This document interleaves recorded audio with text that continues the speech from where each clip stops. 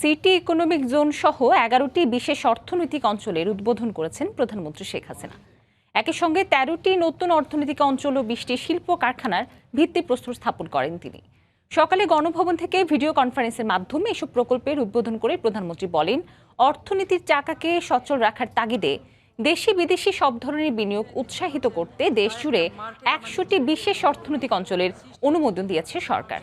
দেশের উন্নয়নের জন্য সরকারের পাশাপাশি বেসরকারি বিনিয়োগের উপর গুরুত্ব দিয়ে প্রধানমন্ত্রী আরও বলেন, সকলের জন্য বিনিয়োগের পরিবেশ তৈরির উপর বর্তমান সরকার গুরুত্ব দিচ্ছে।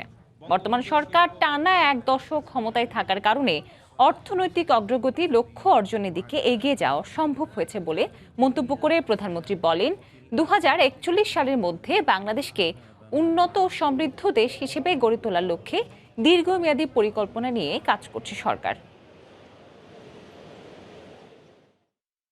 ২০০৯ থেকে এ পর্যন্ত অর্থাৎ একটানা আমরা প্রায় ১ দশক রাষ্ট্রীয় ক্ষমতায় থাকার ফলে আমাদের যে পরিকল্পনা ছিল অর্থনৈতিকভাবে উন্নয়নের অগ্রযাত্রা, সেখানে আমরা অনেক দূর এগিয়ে গেছি এবং সেটা অর্জন করতে পেরেছি। শিল্পায়ন ছাড়া কখনো একটা দেশ উন্নত হয় না।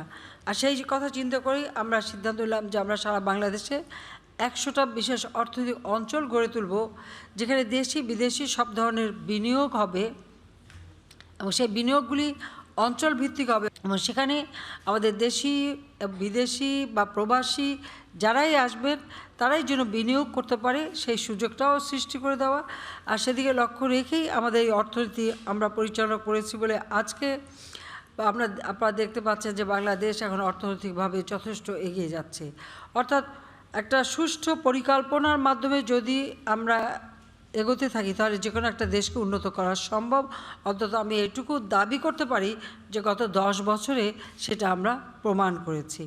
ইতিমধ্যে আমরা কিন্তু উন্নয়নশীল দেশ হিসেবে আমাদের উন্নতি পেয়েছি। আমরা এই উন্নয়নশীল দেশ হিসেবে আমাদের এগিয়ে যেতে হবে, পাশাপাশি আমাদের দেশকে উন্নত দেশ হিসেবে গড়ে তুলতে হবে। দক্ষিণ এশিয়ায় বাংলাদেশ হবে উন্নত সমৃদ্ধ দেশ, সেই লক্ষ্য আমরা স্থির করেছি। এই মুহূর্তে সিটি ইকোনমিক জোনে রয়েছেন রিপোর্টার শুভ খান, সরাসরি চলে যাচ্ছি তার কাছে। শুভ, সিটি ইকোনমিক জোন আনুষ্ঠানিকভাবে উদ্বোধন করা হয়েছে প্রধানমন্ত্রী শেখ হাসিনা গণভবন থেকে ভিডিও কনফারেন্সের মাধ্যমে সিটি ইকোনমিক জোন উদ্বোধন করেছেন।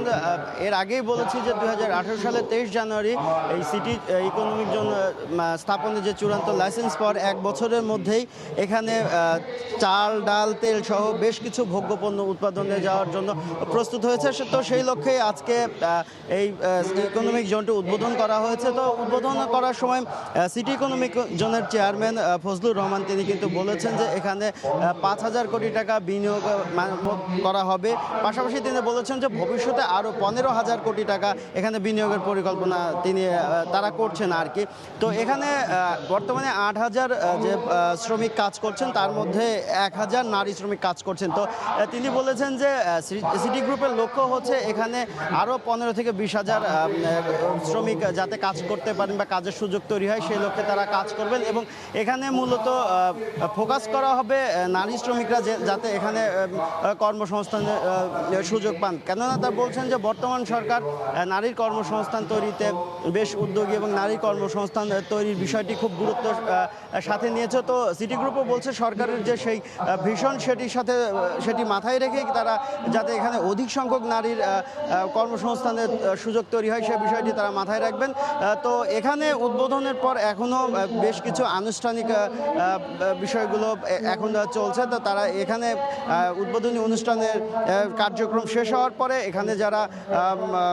এখানকার যারা ঊর্ধ্বতন কর্তৃপক্ষ, স্থানীয় প্রশাসন এবং বস্ত্র ও পাটমন্ত্রী রয়েছেন তারা এই কারখানাটি পরিদর্শন করবেন এবং এখানে বস্ত্র ও পাটমন্ত্রী প্রধানমন্ত্রী শেখ হাসিনার উদ্দেশ্যে যেটি বলেছেন যে এই নারায়ণগঞ্জ এলাকায় কিন্তু বেশ কয়েকটি শিল্প বা অর্থনৈতিক অঞ্চল গড়ে উঠেছে। তো এই এলাকাগুলোতে যেমন গ্যাস এবং বিদ্যুৎ সার্বক্ষণিক সরবরাহ নিশ্চিত করা হয় সে বিষয়টি তিনি নিশ্চিতের জন্য প্রধানমন্ত্রী শেখ হাসিনার দৃষ্টি আকর্ষণ করেছেন এবং তিনি আশা করছেন যে এই অর্থনৈতিক অঞ্চলগুলোতে গ্যাস এবং বিদ্যুতের যে সরবরাহ সেটি সার্বক্ষণিকভাবে নিশ্চিত থাকবে এবং এই ইকোনমিক জোনগুলোই আগামীতে বাংলাদেশের যে অর্থনৈতিক যে মূল চালিকা শক্তি সেটি কিন্তু তারা বলছেন যে আগামীতে